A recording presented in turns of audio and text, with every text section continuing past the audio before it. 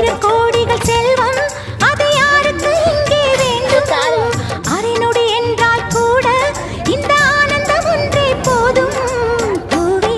எங்கள் தோட்டத்தை பார்க்க பூத்தாயா வெண்பூவே எங்கள் தோட்டத்தை பார்க்க பூத்தாயா